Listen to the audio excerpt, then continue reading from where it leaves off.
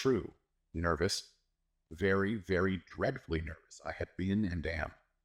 But why will you say that I am mad? The disease had sharpened my senses, not destroyed, not dulled them. Above all was the sense of hearing acute. I heard all things in the heaven and in the earth. I heard many things in hell. How then am I mad? Hearken and observe how healthily, how calmly I can tell you the whole story. Tell you the whole story. It is impossible to say how first the idea entered my brain, but once conceived, it haunted me day and night. Object there was none. Passion there was none. I loved the old man. He had never wronged me. He had never given me insult. For his gold I had no desire. I think it was his eye. Yes, it was this. One of his eyes resembled that of a vulture, a pale blue eye with a film over it. Whenever it fell upon me, my blood ran cold, and so by degrees, very gradually, I made up my mind to take the life of the old man, and thus rid myself of the eye forever. Now this is the point. You fancy me mad. Madmen know nothing. But you should have seen me. You should have seen how wisely I proceeded, with what caution, with what foresight, with what dissimulation I went to work. I was never kinder to the old man than during the whole week before I killed him. And every night, about midnight, I turned the latch of his door and opened it. Oh, so gently. And then, when I had made an opening sufficient for my head, I put in a dark lantern, all closed, so that no light shone out, and then I thrust in my head. Oh, you would have laughed to see how cunningly I thrust it in. I moved it slowly, very, very slowly, so that I might not disturb the old man's sleep. It took me an hour to place my whole head within the opening so far that I could see him as he lay upon his bed. Ha ha! Would a madman have been so wise as this? And then, when my head was well in the room, I undid the lantern cautiously. Oh, so cautiously. Cautiously, for the hinges creaked. I undid it just so much that a single thin ray fell upon the vulture eye. And this I did for 7 long nights, every night just at midnight. But I found the eye always closed, and so it was impossible to do the work, for it was not the old man who vexed me, but his evil eye.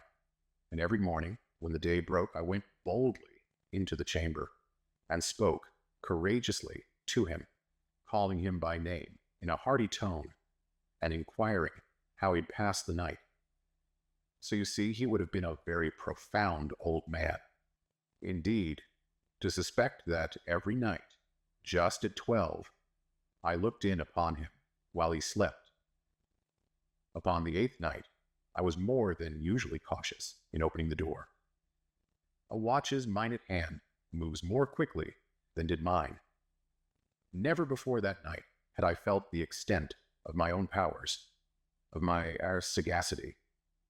I could scarcely contain my feelings of triumph. To think that there I was, opening the door, little by little, and he not even to dream of my secret deeds or thoughts. I fairly chuckled at the idea, and perhaps he heard me, for he moved on the bed suddenly, as if startled. Now you may think that I drew back, but no. His room was as black as pitch with the thick darkness, for the shutters were close fastened through fear of robbers. And so I knew that he could not see the opening of the door, and I kept pushing it on steadily. I had my head in and was about to open the lantern, when my thumb slipped upon the tin fastening, and the old man sprang up in the bed, crying out, "Who's there?" I kept quite still and said nothing. For a whole hour I did not move a muscle, and in the meantime I did not hear him, Lie down. He was still sitting up in the bed listening, just as I have done, night after night, hearkening to the death watches in the wall. Presently I heard a slight groan, and I knew it was the groan of mortal terror. It was not a groan of pain or of grief. Oh no. It was the low, stifled sound that arises from the bottom of the soul when overcharged with awe. I knew the sound well. Many a night, just at midnight, when all the world slept, it has welled up from my own bosom, deepening, with its dreadful echo, the terrors that distracted me. I say I knew it well. I knew what the old man felt and pitied him, although I chuckled at heart. I knew that he had been lying awake ever since the first slight noise, when he had turned in the bed. His fears had been ever since growing upon him. He had been trying to fancy them causeless, but could not. He had been saying to himself, "It is nothing but the wind in the chimney. It is only a mouse crossing the floor. Or, it is merely a cricket which has made a single chirp." Yes, he has been trying to comfort himself with these suppositions. But he had found all in vain. All in vain, because death, in approaching him, had stalked with his black shadow before him and enveloped the victim. And it was the mournful influence of the unperceived shadow that caused him to feel, although he neither saw nor heard, to feel the presence of my head within the room. When I had waited a long time, very patiently, without hearing him lie down, I resolved to open a very, very little crevice in the lantern. So I opened it. You can't imagine how stealthily, until at length a single dim ray, like the thread of the spider, shot from out the crevice and fell upon the vulture eye. It was open, wide open, and I grew furious as I gazed upon it. I saw it with perfect distinctness, all a dull blue, with a hideous veil over it that chilled the very marrow in my bones. But I could see nothing else of the old man's face or person, for I had directed the ray, as if by instinct, precisely upon the damned spot. And now, have I not told you that what you mistake for madness is but over acuteness of the senses? Now, I say, there came to my ears a low, dull, quick sound, such as a watch makes when enveloped in cotton. I knew that sound well, too. It was the beating of the old man's heart. It increased my fury, as the beating of a drum stimulates the soldier into courage. But even yet I refrained and kept still. I scarcely breathed. I held the lantern motionless. I tried how steadily I could maintain the ray upon the eye. Meantime, the hellish tattoo of the heart increased. It grew quicker and quicker, and louder every instant. The old man's terror must have been extreme. It grew louder, I say, louder every moment. Do you mark me well? I have told you that I am nervous. So I am. And now, at the dead hour of the night, amid the dreadful silence of that old house, so strange a noise as this excited me to uncontrollable terror. Yet for some minutes longer, I refrained and stood still. But the beating grew louder. I thought the heart must burst. And now, a new anxiety seized me. The sound would be heard by a neighbor. The old man's hour had come. With a loud yell, I threw open the lantern and leaped into the room. He shrieked once only. In an instant, I dragged him to the floor and pulled the heavy bed over him. I then smiled gaily to find the deed so far done. But for many minutes, the heart beat on with a muffled sound. This, however, did not vex me. It would not be heard through the wall. At length, it ceased. The old man was dead. I removed the bed and examined the corpse. Yes, he was stone dead. I placed my hand upon the heart and held it there many minutes. There was no pulsation. He was stone dead.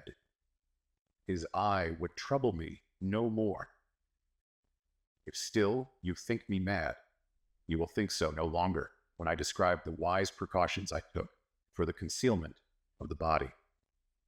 The night waned, and I worked hastily, but in silence.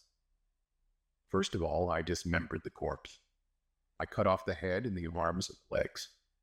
I then took up 3 planks from the flooring of the chamber and deposited all between the scantlings.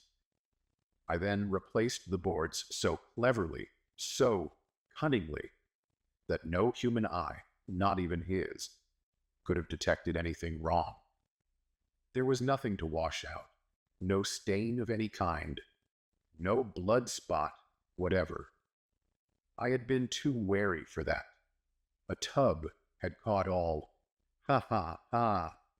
When I had made an end of these labors, it was 4 o'clock, still dark as midnight. As the bell sounded the hour, there came a knocking at the street door. I went down to open it with a light heart, for what had I now to fear? There entered 3 men who introduced themselves with perfect suavity as officers of the police. A shriek had been heard by a neighbor during the night. Suspicion of foul play had been aroused. Information had been lodged at the police office, and they, the officers, had been deputed to search the premises. I smiled, for what had I to fear? I bade the gentleman welcome. The shriek, I said, was my own in a dream. The old man I mentioned was absent in the country. I took my visitors all over the house. I bade them search well. I led them at length to his chamber. I showed them his treasures, secure, undisturbed. In the enthusiasm of my confidence, I brought chairs into the room, and desired them here to rest from their fatigues, while I myself, in the wild audacity of my perfect triumph, placed my own seat upon the very spot beneath which reposed the corpse of the victim. The officers were satisfied. My manner had convinced them. I was singularly at ease. They sat, and while I answered cheerily, they chatted of familiar things. But ere long, I felt myself getting pale, and wished them gone. My head ached, and I fancied a ringing in my ears. But still, they sat, and still chatted. The ringing became more distinct. It continued, and became more distinct. I talked more freely to get rid of the feeling, but it continued, and gained definitiveness, until, at length, I found that the noise was not within my ears. No doubt I now grew very pale, but I talked more fluently and with a heightened voice. Yet the sound increased, and what could I do? It was a low, dull, quick sound, much such a sound as a watch makes when enveloped in cotton. I gasped for breath, and yet the officers heard it not. I talked more quickly, more vehemently, but the noise steadily increased. I arose and argued about trifles, in a high key, and with violent gesticulations, but the noise steadily increased. Why would they not be gone? I paced the floor to and fro with heavy strides, as if excited to fury by the observations of the men. But the noise steadily increased. Oh God, what could I do? I foamed, I raved, I swore. I swung the chair upon which I had been sitting, and grated it upon the boards. But the noise arose over all, and continually increased. It grew louder, louder, louder, and still the men chatted pleasantly and smiled. Was it possible they heard not? Almighty God! No, no, they heard. They suspected. They knew. They were making a mockery of my horror.